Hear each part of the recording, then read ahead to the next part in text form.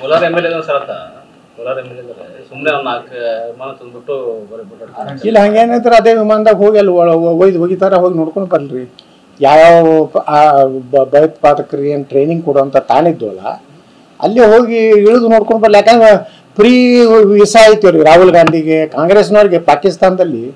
ಪಾಕಿಸ್ತಾನದ ಹೀರೋ ಯಾರಪ್ಪ ಅಂದ್ರೆ ರಾಹುಲ್ ಗಾಂಧಿ. ಈಗ ಸಿದ್ದರಾಮಯ್ಯ ತನ್ನ ನೇತೃತ್ವದಲ್ಲಿ ಇವರೆಲ್ಲ ಹೋಗ್ಲಿ ಕಾಂಗ್ರೆಸ್ನವ್ರು ಹೋಗಿ ಅಲ್ಲಿ ಎಲ್ಲೆಲ್ಲಿ ಭಯೋತ್ಪಾದನೆಗೆ ಇದು ಆಗ್ಯಾವ ಇವ್ರು ಪಾಯಿಂಟ್ ತೋರಿಸ್ತಾರಲ್ಲ, ನಮ್ಮ ಮಿಲಿಟರಿ ಹೇಳ್ತಾರೆ ಈ ಪಾಯಿಂಟ್ನಾಗ ಬಾಂಬ್ ಹಾಕಿ ಅಂತ. ಅದು ನೋಡ್ಕೊಂಡು ಬರಲಿ. ಈ ರೀತಿ ಒಬ್ಬ ಎಮ್.ಎಲ್.ಎ ಆಗಿ ಯಾವ ರೀತಿ ತನ್ನ ವ್ಯಾಪ್ತಿನೇ ಅಲ್ಲ, ದೇಶದ ವ್ಯಾಪ್ತಿಯೊಳಗೆ ನೀವು ದೇಶದ ಸೈನಿಕರನ್ನ ಇನ್ನೂ ಪ್ರೋತ್ಸಾಹ ಕೊಡಬೇಕು. ಬಿಟ್ಟು ನೀವಂತ ಕೆಟ್ಟ ಏನು ಪ್ರತಿಕ್ರಿಯೆ ಕೊಡ್ತೀರಿ, ಹೇಳಿಕೆ ಕೊಡ್ತೀರಿ, ಇದು ನಿಜಕ್ಕೂ ನೀವು ಕೇವಲ ಅದೇ ಹೇಳ್ತೀರಲ್ರಿ, ಇವ್ರು ಹಳ್ಳಿ ಅದೇ ಮುಸ್ಲಿಂ ಓಟಿನ ಸಲುವಾಗಿನೇ ಅವ್ರು ಖುಷಿ ಪಡಿಸ್ಲಕ್ಕ.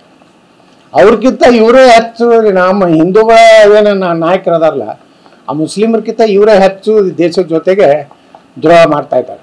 ಕೋಲಾರ ಎಮ್.ಎಲ್.ಎ ಸರತ್ತ ಕೋಲಾರ ಎಮ್.ಎಲ್.ಎ ಸುಮ್ಮನೆ ಒಂದು 4 ವಿಮಾನ ತಂದ್ಬಿಟ್ಟು ಬರೀ ಇಲ್ಲ ಹಂಗೇನೈತ್ರ ಅದೇ ವಿಮಾನದಾಗ ಹೋಗಿ ಅಲ್ಲಿ ಒಯ್ದು ಹೋಗಿ ನೋಡ್ಕೊಂಡು ಬರ್ರಿ ಯಾವ್ಯಾವ ಭಯೋತ್ಪಾದಕರು ಏನು ಟ್ರೈನಿಂಗ್ ಕೊಡುವಂಥ ತಾನಿದ್ವಲ್ಲ ಅಲ್ಲಿ ಹೋಗಿ ಇಳಿದು ನೋಡ್ಕೊಂಡು ಬರ್ಲಿ. ಯಾಕಂದ್ರೆ ಫ್ರೀ ವೀಸಾ ಐತಿವ್ರಿ ರಾಹುಲ್ ಗಾಂಧಿಗೆ ಕಾಂಗ್ರೆಸ್ನವ್ರಿಗೆ.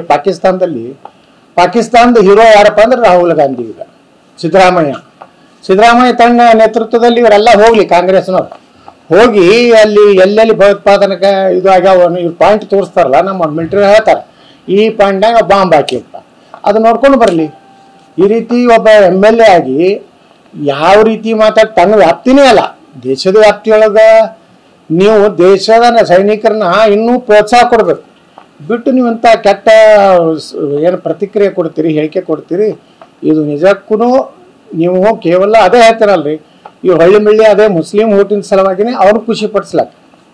ಅವ್ರಿಗಿಂತ ಇವರೇ ಹೆಚ್ಚು ನಮ್ಮ ಹಿಂದೂಗಳ ಏನು ನಾಯಕರದಾರಲ್ಲ ಆ ಮುಸ್ಲಿಮರ್ಗಿಂತ ಇವರೇ ಹೆಚ್ಚು ದೇಶದ ಜೊತೆಗೆ ದ್ರೋಹ ಮಾಡ್ತಾ ಇದ್ದಾರೆ.